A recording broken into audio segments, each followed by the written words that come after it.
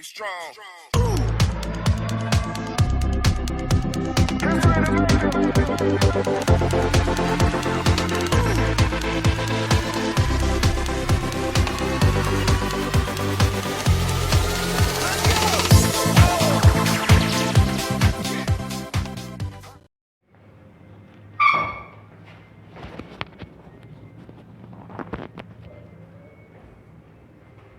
Hello दोस्तों, आज जो है हम अर्थमेटिक शुरुआत करते हैं। पहले हम अर्थमेटिक करेंगे, उसके बाद फिर हम एडवांस मैथ्स के भी सारे चैप्टर करेंगे। तो जैसा आप जानते हैं कि अर्थमेटिक का जो पहला चैप्टर होता है वो नंबर सिस्टम होता है, जिसे हम हिंदी में संख्या पद्धति कहते हैं। तो पहले आपको इस चैप्टर की स्टार्टिंग समझाई जाएगी, लगभग 2-3 पीरियड इसकी स्टार्टिंग के होंगे। उसके बाद हम बहुत सारे क्वेश्चंस करेंगे, 100 अबव क्वेश्चंस करेंगे, जिसमें से जो बेसिक लेवल के क्वेश्चन हैं उन्हें अलग किया जाएगा, जो थोड़ा अच्छे टफ लेवल के क्वेश्चन है उन्हें अलग किया जाएगा। तो समय ना गवाते हुए शुरुआत करते हैं नंबर सिस्टम की। तो नंबर सिस्टम यानी कि संख्या पद्धति को शुरू करने से पहले हमें ये जानना पड़ेगा कि नंबर्स क्या हैं, संख्याएं क्या हैं, उसकी स्टार्टिंग क्या है, उसका कंसेप्ट क्या है, क्योंकि कंसेप्ट का क्लियर होना बहुत ज़रूरी है। तो अगर मैं बात करता हूँ नंबर्स की, तो जो नंबर्स होते हैं वो दो तरह से क्लासीफाई हो सकते हैं। इनका वर्गीकरण जो है दो तरह से हो सकता है। एक तो होते हैं रियल नंबर और दूसरे होते हैं इमेजिनरी नंबर। मैं दोनों तरह के टर्मिनोलॉजी इस्तेमाल करूंगा, हिंदी में भी और इंग्लिश में भी, ताकि आपको कोई दिक्कत ना हो। तो जो रियल नंबर हैं उन्हें हम क्या बोलते हैं, वास्तविक संख्याएं कहते हैं, और जो इमेजिनरी नंबर हैं उन्हें हम क्या कहते हैं, काल्पनिक संख्याएं कहते हैं। अब पहले हम बात कर लेते हैं इमेजिनरी नंबर की। इमेजिनरी नंबर क्या होता है? तो यहाँ पे आप ये समझिए कि square root of a negative number, square root of a negative number, मतलब किसी ऋणात्मक संख्या का अगर हम वर्गमूल कर देते हैं तो जो आएगा वो इमेजिनरी नंबर आएगा, यानी कि वो काल्पनिक संख्या आएगी। जैसे मैंने एक नेगेटिव नंबर लिया -3, और अगर मैं इसका अंडर रूट कर देता हूँ तो इसे आप कह सकते हैं कि काल्पनिक संख्या है, यानी कि इमेजिनरी नंबर है। दूसरा कोई नंबर लीजिए, -5 ले लिया मैंने, ये भी नेगेटिव नंबर है, उसका फिर मैंने अंडर रूट कर दिया, तो ये क्या बन गया, इमेजिनरी नंबर बन गया। अब इसे थोड़ा सा हम एक्सप्लेन कर लेते हैं। मैथमेटिक्स में अंडर रूट -1 की जो वैल्यू है वो आई होती है। आई को हम आयोटा कहते हैं, IOTA। This is the mathematics letter, जैसे अल्फा बीटा गामा आपने पढ़े होंगे, इस तरह से क्या है, आयोटा। तो मैथमेटिक्स के अंदर आप जहाँ कहीं भी अंडर रूट -1 देखेंगे उसका मतलब ही क्या है, आई है। ठीक है, तो इस सब आप ऐसे समझते हैं। अगर मुझे इसे सोल्व करना है तो मैं इसे लिख सकता हूँ under root -1 into under root 3 लिख सकता हूँ, और ऐसा करने से अंडर रूट 3 तो ये ऐसे ही आ जाएगा, और इसकी वैल्यू क्या होती है, आई, और ये आई आ गया। और आई का मतलब मैंने अभी बताया था क्या है, आयोटा। लेकिन इसे हम इमेजिनरी भी कह सकते हैं। जिस नंबर में आई आ जाता है वो इमेजिनरी होता है, यानी कि वो काल्पनिक संख्या होती है। इसी तरीके से अगर हम इसे करना चाहें तो इसे लिख सकते हैं हम under root -1 into under root 5, फिर अंडर रूट 5 तो ऐसे ही आ गया, और इसकी वैल्यू क्या होगी, आई। तो इस तरह से हम ये कह सकते हैं कि किसी भी नेगेटिव नंबर का अगर हम अंडर रूट कर देते हैं, वर्गमूल कर देते हैं, तो क्या होता है, इमेजिनरी नंबर होता है, काल्पनिक संख्या होती है। ठीक, उसके बाद अब थोड़ा सा हम इसे और आगे बढ़ाते हैं।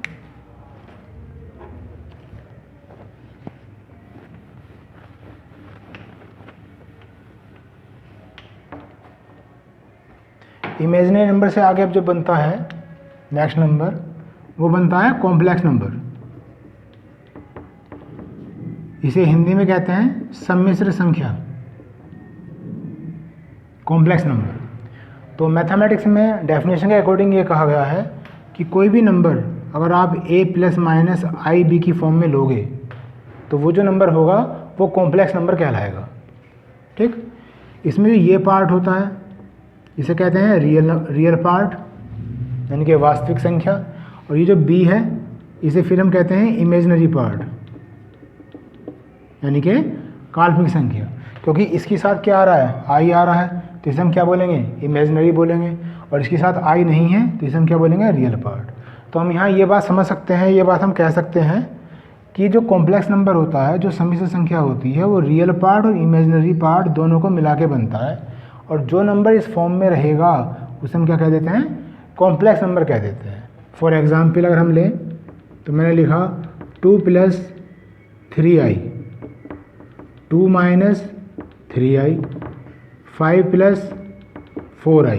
ये मैंने 3 नंबर ले लिए और आप देख रहे हैं ये a + ib की फॉर्म में है, ये a - ib की फॉर्म में है, ये a + ib की फॉर्म में है। तो कोई अगर आपसे पूछे कि इस कॉम्प्लेक्स नंबर में रियल पार्ट कौन सा है, तो जो रियल पार्ट होगा वो क्या होगा, 2 होगा, और जो इमेजिनरी पार्ट होगा वो क्या होगा, 3 होगा। क्योंकि मैंने अभी बताया था आपको कि जो कॉम्प्लेक्स नंबर है वो रियल पार्ट और इमेजिनरी पार्ट दोनों से मिलके बनता है। इसी तरह से इस संख्या में जो रियल पार्ट है वो क्या है, 2 है, और जो इमेजिनरी पार्ट है वो क्या है, -3। इस बार हमें माइनस लेना पड़ेगा क्योंकि जो 3 है, या हम कह सकते हैं कि जो i का जो कोफिशिएंट है वो क्या है, -3 है। इसी तरह से इस क्वेश्चन में जो रियल पार्ट है वो क्या है, 5 है, और जो इमेजिनरी पार्ट है वो कितना है, 4 है। ठीक, तो ये क्या हुआ, हमारा कॉम्प्लेक्स नंबर हुआ। अभी जो मैंने आपको समझाया, मैंने ये समझाया आपको कि नंबर्स को हम 2 तरह से क्लासीफाई कर सकते हैं। एक तो होते हैं रियल नंबर और एक होते हैं इमेजिनरी नंबर। फिर मैंने आपको इमेजिनरी को समझाया, और इमेजिनरी यानी कि काल्पनिक संख्याओं से क्या बनता है, फिर कॉम्प्लेक्स नंबर बनता है, जिसे हम क्या कहते हैं, सम्मिश्र संख्याएं कहते हैं। इसी से संबंधित कभी कभी एक क्वेश्चन आ जाता है कि अगर 2 + 3i कोई नंबर दे दिया गया है तो इसका आप कॉन्जुगेट बताइए। कॉन्जुगेट का मतलब क्या हो जाता है, एक तरह से व्युत्क्रम। आपने पढ़ा होगा, एडिटिव इनवर्स पढ़ा होगा, उससे कोई मिलता जुलता होता है, इसे क्या बोलते हैं, कॉन्जुगेट। हिंदी में कहते हैं हम इसे संयोजी। संयोजी। तो बस इसमें होता क्या है कि जो साइन है आई वाला साइन, इसे अपोजिट कर दिया जाता है। इसका साइन चेंज नहीं होने का, रियल नंबर का साइन कभी भी चेंज नहीं होने का। सिर्फ जो इमेजिनरी नंबर है इसका साइन चेंज होगा। अगर ये पॉजिटिव है तो नेगेटिव हो जाएगा, और अगर ये नेगेटिव है तो ये पॉजिटिव हो जाएगा। अगर मैं इस नंबर को जेड मान लेता हूँ तो इसे जो हम प्रदर्शित करते हैं, जेड के ऊपर बार लगा दिया जाता है, और इसे हम क्या कहते हैं, conjugate of the complex number. Conjugate of the complex number यानी कोई भी कॉम्प्लेक्स नंबर तो जेड है, जबकि जेड बार उस कॉम्प्लेक्स नंबर का क्या है, कॉन्जुगेट। और कॉन्जुगेट निकालने के लिए हम जो आई वाला साइन है बस उसे हम चेंज कर देंगे। ठीक, एक ये बात याद रखिएगा। हालांकि ये जो पार्ट होता है अर्थमेटिक के लिए ज़्यादा इम्पोर्टेंट नहीं है, फिर भी कहीं कुछ पूछ लिया जाए या कुछ बताने को आपको कहा जाए तो इतनी नॉलेज आपको होनी चाहिए कि आप समय न गंवाते हुए सही उत्तर दे सकें। इसी से संबंधित फिर एक बात और आती है, अगर इसी जेड का मोड कह दिया जाए, इसे हम क्या बोलते हैं, मोड। अगर मोड निकालना हो तो उसका फॉर्मूला होता है √ जो रियल नंबर है उसका स्क्वायर प्लस जो इमेजनरी है उसका स्क्वायर। जब भी हमसे क्या कहा जाए, मोड निकालने के लिए, मोड को हम हिंदी में बोलते हैं मापांक। मापांक। तो जब भी हमसे मोड निकालने के लिए कहा जाए किसी भी कॉम्प्लेक्स नंबर का, तो जो रियल पार्ट है उसका स्क्वायर कर दीजिए, जो इमेजिनरी पार्ट है उसका स्क्वायर कर दीजिए, और इन दोनों को कहाँ कर देंगे, √ के अंदर। जब हम इसे सोल्व करेंगे तो 2 का स्क्वायर कितना हो गया, 4, 3 का स्क्वायर हो गया 9, और 9 और 4 कितना हो गया, 13। तो ये जो √13 है ये इस कॉम्प्लेक्स नंबर का क्या आ गया, मोड आ गया। तो अभी जो हमने देखा, इमेजिनरी नंबर देखा और क्या देखा, कॉम्प्लेक्स नंबर। उम्मीद है आपको यहाँ तक समझ में आया होगा। अगर आपको कुछ चीज़ समझ में ना आए या कुछ चीज़ आप दोबारा पूछना चाहें तो आप कमेंट बॉक्स में ज़रूर हमें फॉलो करें और हमें अपने सुझाव देते रहें। अपनी प्रॉब्लम्स को आप हमसे साथ डिस्कस करते रहें। ठीक है, चलिए।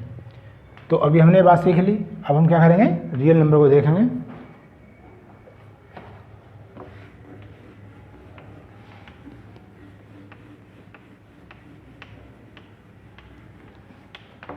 अब अगर हम रियल नंबर की बात करते हैं तो इसकी स्टार्टिंग होती है यहाँ से कि अगर कोई आपसे पूछे कि जो नंबर है वो कहाँ से कहाँ तक होते हैं, तो आप कहेंगे कि -∞ से लेकर +∞ तक जो होते हैं वो टोटल नंबर होते हैं। इनफाइनाइट का मतलब आप जानते हैं, इसे हिंदी में क्या कहते हैं, अनंत, जिसे हम काउंट नहीं कर सकते, काउंटलेस नंबर है। यानी कि नेगेटिव से शुरुआत होके पॉजिटिव तक तो जाएगी, लेकिन कहाँ से शुरुआत होगी और कहाँ पे इसका ख़त्म होगा उसका हमें कोई अनुमान नहीं है।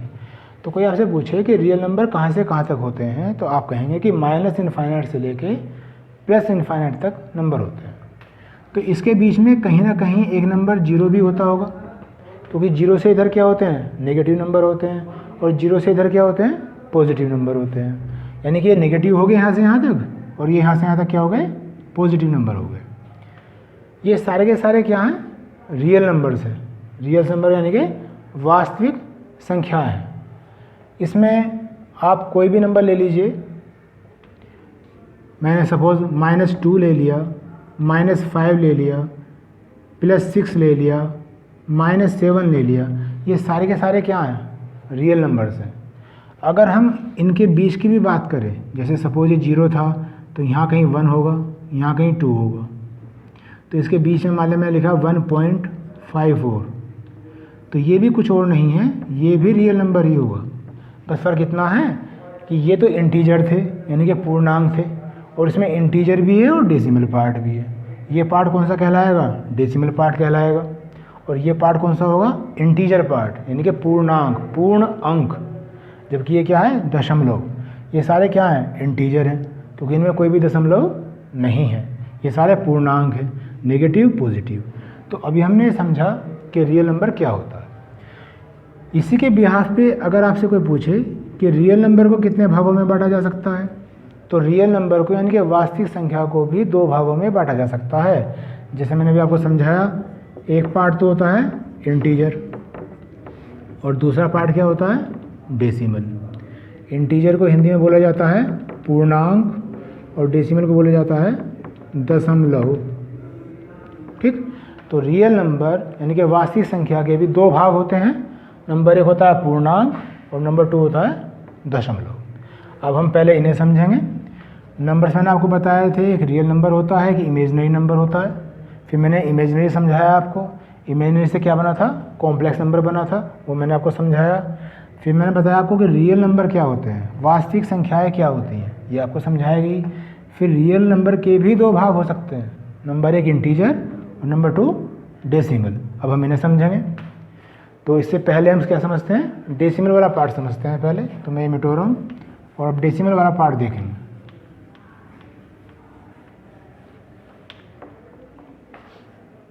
डेसिमल पार्ट को समझने के लिए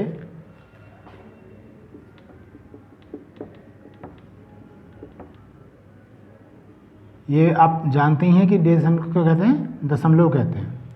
डेसिमल के भी हम 2 भाग कर सकते हैं। एक को बोलते हैं टर्मिनेटिंग,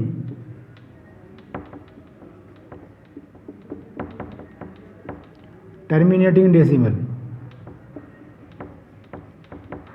और जो दूसरा पार्ट होता है वो होता है non terminating decimal, non terminating decimal. अगर हम हिंदी की बात करें तो इस टर्मिनेटिंग को कहते हैं शांत दशमलव, शांत दशमलव। और जो नॉन टर्मिनेटिंग होता है इसे बोलते हैं अशांत दशमलव। तो नाम से पता चल रहा है कि जो डेसिमल है ये टर्मिनेट हो जाएगी, कहीं ना कहीं इसका अंत हो जाएगा, यानी कि कहीं ना कहीं ये दशमलव शांत हो जाएगी। लेकिन जो नॉन टर्मिनेटिंग है ये कंटिन्यू चलती रहेगी, ये शांत नहीं होगी, इसलिए इसे क्या बोलते हैं, अशांत बोलते हैं। जैसे अगर इनके एग्जाम्पल लिए जाएं तो इनके एग्जाम्पल लेने के लिए आप देखिए, मैंने टर्मिनेटिंग का एक एग्जाम्पल लिया 0.5, फिर लिया 0.23, फिर लिया 0.672, या और आगे भी हो सकते हैं। इसका मतलब ये 0.5 पे एंड हो गया, ये 0.23 पे एंड हो गया, ये 0.672 पे ऐड हो गया। मतलब जब हमने किसी संख्या को किसी से भाग दिया तो 0.5 आंसर आया, उसके बाद रिमाइंडर बचा ही नहीं है कोई, आगे कैलकुलेशन हो ही नहीं रही है। ऐसी इसमें भी कैलकुलेशन होनी बंद हो गई है, इसमें भी कैलकुलेशन होनी बंद हो गई हैं। तो ये जो एग्जाम्पल है ये सब क्या हैं, टर्मिनेटिंग डेसिमल है, यानी कि शांत दशमलव के एग्जाम्पल है। अगर हम इसे आगे सोल्व करेंगे, आप जानते ही हैं, इसे हम क्या लिख सकते हैं 5/10, 5 से कट जाएगा 1/2, इसे लिख सकते हैं 23/100 लिख सकते हैं, इसे लिख सकते हैं 672/1000। आगे फिर से सोल्व कर लेंगे, 2 तिया 6, 2 तिया 6, 2 छिका 12, ये 500 आ जाएगा। फिर 2 एकम 2, 2 छिका 12, 2 अट्ठे 16, ये 250 आ जाएगा। ये आ गया 2 अट्ठे 16, 2 चौक 8, 125 आ जाएगा। और अब ये नहीं कटेगा तो क्या आ गया 84/125 आ गया। तो ये आप जानते ही हैं, इस पार्ट को, डेसिमल के इस भाग को टर्मिनेटिंग डेसिमल कहा जाता है, यानी कि शांत दशमलव कहा जाता है। ठीक, अब जो नॉन टर्मिनेटिंग वाला पार्ट होता है ये क्या होता है, अशांत दशमलव। अगर हम इसके एग्जाम्पल लेते हैं तो मैंने कहा कि 0.666 डैश डैश डैश, यानी कि हम डिवाइड करते जा रहे हैं, बार बार रिमाइंडर वही आ रहा है, बार बार हम डिवाइड कर रहे हैं। तो आप देखेंगे ये कभी भी ये एंड ही नहीं होने का, ये चलता ही रहेगा। इसी तरह से 2 अंकों में भी हो सकता है 0.232323। 3 अंकों में भी हो सकता है 0.521 इस तरह से। तो यहाँ आपने देखा कि ये 6 रिपीट हो रहा है, 1 अंक रिपीट हो रहा है, ये 2 अंक रिपीट हो रहे हैं, और ये 3 अंक रिपीट हो रहे हैं। ऐसा भी संभव है कि कोई भी अंक रिपीट ना हो, जैसे पॉइंट के बाद 6 2 3 1 5 3 7 5 2 6 1 3, और ये चलता ही रहेगा, इसका कोई एंड ही नहीं होने का। तो ये जो पार्ट है ये क्या है, नॉन टर्मिनेटिंग डेसिमल वाला पार्ट हुआ है आपका, नॉन टर्मिनेटिंग डेसिमल। ये बात आपको समझ में आई? चलिए आगे देखते हैं।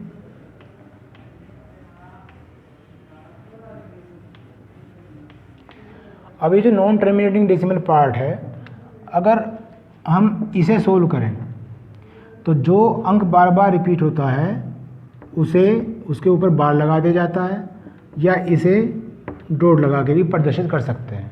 अगर आप किसी क्वेश्चन में, किसी बुक में इस तरह से देखें या इस तरह से देखें तो उसका मतलब है नॉन टर्मिनेटिंग डेसिमल, यानी कि अशांत दशमलव। इसे सोल्व करने के लिए 6/9 लिख दिया जाता है, मतलब जितने अंकों के ऊपर ये बार होता है उतनी बार ही नीचे 9 आ जाता है। अगर ये 2 अंकों के ऊपर होता तो नीचे 2 बार 9 आ जाता है। ये थोड़ा सा शॉर्ट ट्रिक होती है, अगर हम इसे एक्सपेंड करके करेंगे तो 5-6 लाइन में आंसर आएगा, लेकिन आप याद रखें डायरेक्ट कि नीचे हमेशा क्या आएगा, 9 आएगा। इसे आप काट लीजिए, 3 दूनी 6, 3 तिया 9, और ये आ गया 2/3। तो ये क्या बन गया, हमारा फ्रैक्शन बन गया। और देखिए आप 2 को जब 3 से भाग देंगे तो ये लाइन आपको मिलेगी। पॉइंट लगा के हमने 0 लगा लिया, 3 6 जा 18, फिर 0 आ गया, 3 6 जा 18। तो ये कभी समाप्त नहीं होने का, आप इसे करते रहेंगे और 6 जो है बार बार आता रहेगा। तो ये क्या था, डेसिमल नंबर था, और इसे हमने किस में चेंज कर लिया, फ्रैक्शन में चेंज कर लिया, भिन्न में चेंज कर लिया, जिसमें ये वाला पार्ट होता है अंश, जिसे न्यूमरेटर कहते हैं, ये वाला पार्ट होता है हर, जिसे हम डिनोमिनेटर कहते हैं। आगे चलते हैं, यहाँ हम देखना है 2 अंक रिपीट हो रहे हैं, तो हम कैसे लिखें इसे, 0.23 के ऊपर बार, या 0.23 के ऊपर इस तरह से 2 डॉट। जितने भी अंक रिपीट होंगे उतनी बार ही उसके ऊपर क्या आ जाएगा, बार आ जाएगा। अभी मैंने कहा था कि 2 अंकों के ऊपर बार आ रहा है, तो इस बार 2 बार 9 लिया जाएगा, नीचे लिया 9 ही जाएगा, और ये किसी से नहीं कटते तो मुझे यहीं छोड़ना पड़ेगा, और ये क्या बन गया, फ्रैक्शन बन गया, भिन्न बन गई। अगर आप 23 को 99 से भाग देंगे तो आपको ये चीज़ मिलेगी, ठीक है, 23/99। उसके बाद यहाँ कितने अंक रिपीट हो रहे हैं, 3 अंक रिपीट हो रहे हैं, तो इसमें क्या लिखेंगे, 0.521 के ऊपर बार लिख लेंगे, या 0.521 के ऊपर इस तरह से डॉट लिख लेंगे 3 बार। अब क्योंकि ये 3 अंक आ रहे हैं तो जो नीचे है 3 बार 9 आ जाएगा, जैसे मैंने आपको समझाया। अगर ये कट रहा है तो काट के देखते हैं, 3 कम 3, 2 बच गए, नहीं कट रहा तो मुझे यहीं छोड़ना पड़ेगा। तो इस तरह से नॉन टर्मिनेटिंग डेसिमल है। लेकिन जो ये वाला पार्ट है जिसमें कोई रिपीटिशन ही नहीं हो रहा, तो जब कोई चीज़ रिपीट नहीं हो रही तो उसे आप फ्रैक्शन नहीं बना सकते, क्योंकि उसे आप बार की फॉर्म में नहीं लिख सकते। जब बार की फॉर्म में नहीं लिखोगे तो उसे फ्रैक्शन भी नहीं बनाया जा सकता।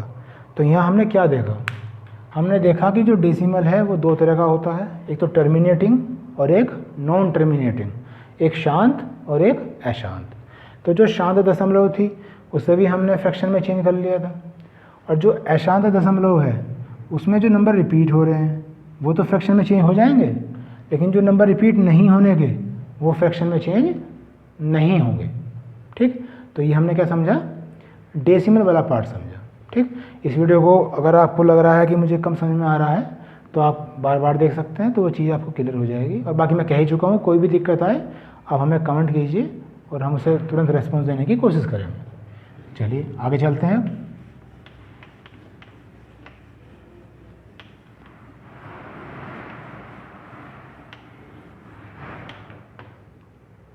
उसके बाद आपने एक चीज़ पढ़ी होगी, रेशनल नंबर। इसे बोलते हैं परिमेय संख्या, परिमेय संख्या। तो अगर हम इसकी डेफिनेशन की बात करें तो डेफिनेशन में कहा गया है कि कोई भी नंबर जो P/Q की फॉर्म में रहता हो, यानी कि एक अंश हो और एक हर हो, एक न्यूमरेटर हो और एक डिनोमिनेटर हो, लेकिन इसमें Q की वैल्यू 0 नहीं होनी चाहिए, क्योंकि अंडरस्टूड है अगर Q की वैल्यू 0 हो गई तो जब P को आप 0 से डिवाइड करेंगे तो क्या आ जाएगा, इनफाइनाइट आ जाएगा। क्योंकि किसी भी संख्या को अगर हम 0 से डिवाइड करते हैं तो वो अनंत बन जाता है, तो उसकी तो कैलकुलेशन होनी संभव ही नहीं है। तो कोई भी नंबर जो P/Q की फॉर्म में होगा उसे हम क्या बोलेंगे, रेशनल नंबर बोलेंगे। अभी थोड़ी देर पहले जो हमने बात की थी, अभी फ्रैक्शन बना के दिखाए थे मैंने आपको। तो अगर मैं एग्जाम्पल लेता हूँ 5, तो ये भी एक रेशनल नंबर है, क्योंकि इसके नीचे मैं क्या लिख सकता हूँ, 5/1 लिख सकता हूँ। तो ये P/Q की फॉर्म में बन गया, और जो Q है वो 0 नहीं है। या 2/3 ये भी P/Q की फॉर्म में है, या 6/7 ये भी P/Q की फॉर्म में है। तो जितने भी फ्रैक्शन होते हैं, जितने भी भिन्न हैं, वो सारे के सारे क्या हैं, परिमेय संख्याएं हैं, यानी कि रेशनल नंबर। उसके बाद एक नंबर होता है इर्रेशनल नंबर।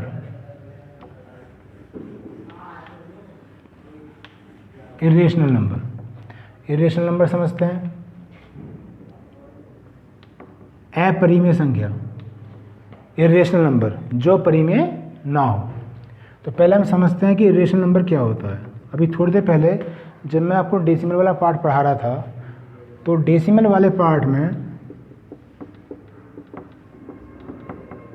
एक पार्ट आया था नॉन टर्मिनेटिंग,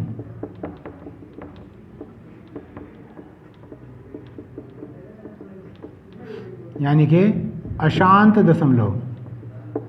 और इसमें फिर एक एग्जाम्पल लिया था हमने जिसमें रिपीटिशन ना हो रहा हो, जिसमें अंकों का रिपीटिशन ना हो रहा हो, जैसे 0.621305217823 इस तरह से। तो अगर हम इसका नाम देना चाहें तो हम इसे बोल सकते हैं नॉन टर्मिनेटिंग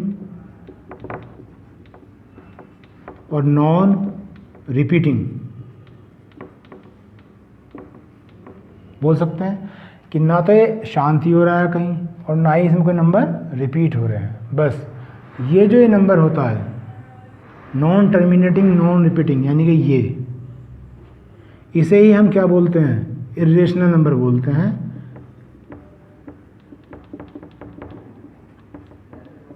डैट मीन्स अपरिमेय संख्या बोल सकते हैं। अगर हम इसका कोई एग्जाम्पल लें तो क्या क्या हो सकता है, जैसे √2 है, √3 होता है, √7, √11 और पाई। ये 5 एग्जाम्पल मैंने दिए। √2 की वैल्यू आपने पढ़ी होगी 1.414 पढ़ी होगी।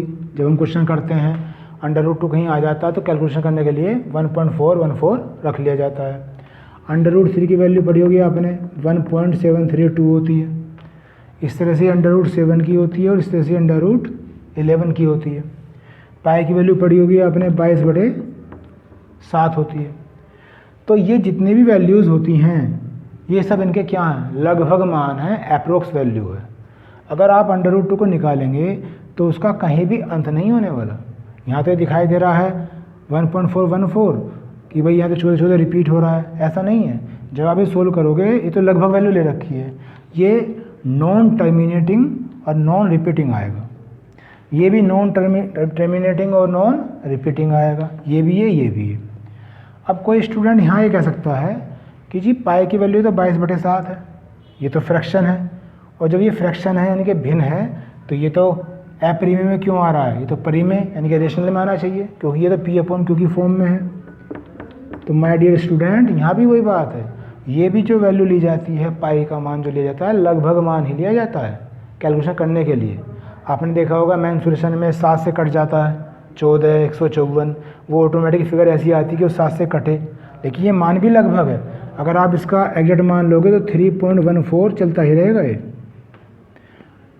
ये कभी समाप्त नहीं होने वाला। तो नॉन टर्मिनेटिंग और नॉन रिपीटिंग, इसलिए इन संख्याओं को हम क्या कहते हैं, अपरिमेय संख्याएं कहते हैं, इर्रेशनल नंबर कहते हैं। तो यहाँ मैंने आपको समझाया कि रेशनल नंबर क्या होता है और इर्रेशनल नंबर क्या होता है। तो अभी हमने ये देखा, आज जो हमने देखा पहले पीरियड में नंबर से स्टार्टिंग की थी, नंबर्स के हमने 2 भाग करे, एक तो रियल नंबर यानी कि वास्तविक संख्या है, और एक कौन सा, इमेजिनरी नंबर यानी कि काल्पनिक संख्या है। फिर रियल नंबर को समझाया गया, काल्पनिक संख्याओं से क्या बना था, कॉम्प्लेक्स नंबर बना था, जो a+ib की फॉर्म में जो बना था। उसके बाद रियल नंबर में जब हम आए तो रियल नंबर में हमने करा, रियल नंबर भी 2 भागों में बढ़ सकता है, एक तो बढ़ सकता है इंटीजर में यानी कि पूर्णांक में, और एक पार्ट हो सकता है उसका डेसिमल। फिर डेसिमल के भी 2 भाग हुए, एक तो टर्मिनेटिंग और एक नॉन टर्मिनेटिंग। फिर हमने समझा कि अपरिमेय संख्या क्या होती हैं यानी कि इर्रेशनल नंबर, और परिमेय संख्याएं क्या होती हैं यानी कि रेशनल नंबर। तो इस तरह से हमने ये सब चीज़ें समझी। ये आज हमारा पहला पीरियड था, उम्मीद है आपको इससे आगे अभी हम इसके 1-2 पीरियड और लेंगे इसके इंट्रोडक्शन को समझाने के लिए, और जब ये इसका पूरा ब्रीफिंग हो जाएगी तब जाके हम इसे क्वेश्चंस की शुरुआत करेंगे और काफ़ी अच्छा आप लोगों की समझ में आएगा।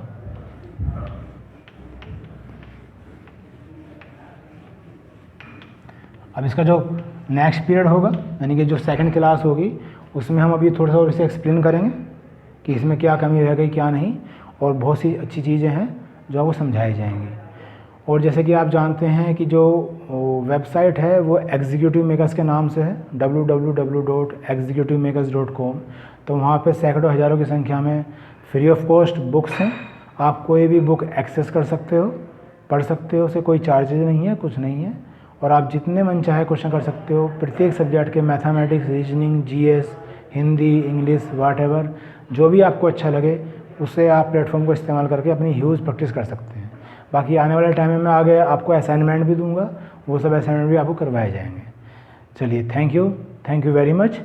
और अब सेकंड क्लास जो होगी इसकी वो इसका फिर नेक्स्ट पार्ट होगा। चलिए धन्यवाद, थैंक यू।